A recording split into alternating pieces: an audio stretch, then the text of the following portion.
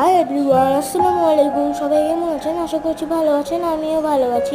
আজকে আমি ঘুম থেকে উঠেই গোসল করতে চলে গেলাম। একটু গোসল করতে কাপড় চোপড় নিয়ে চলে যাচ্ছি, একটু ঢুকে পড়লাম। গোসল করে ঈদের পাঞ্জাবি পরে নিলাম। কেমন হলো কমেন্টে জানাবেন। একটু নিচে নেমে পড়ছি।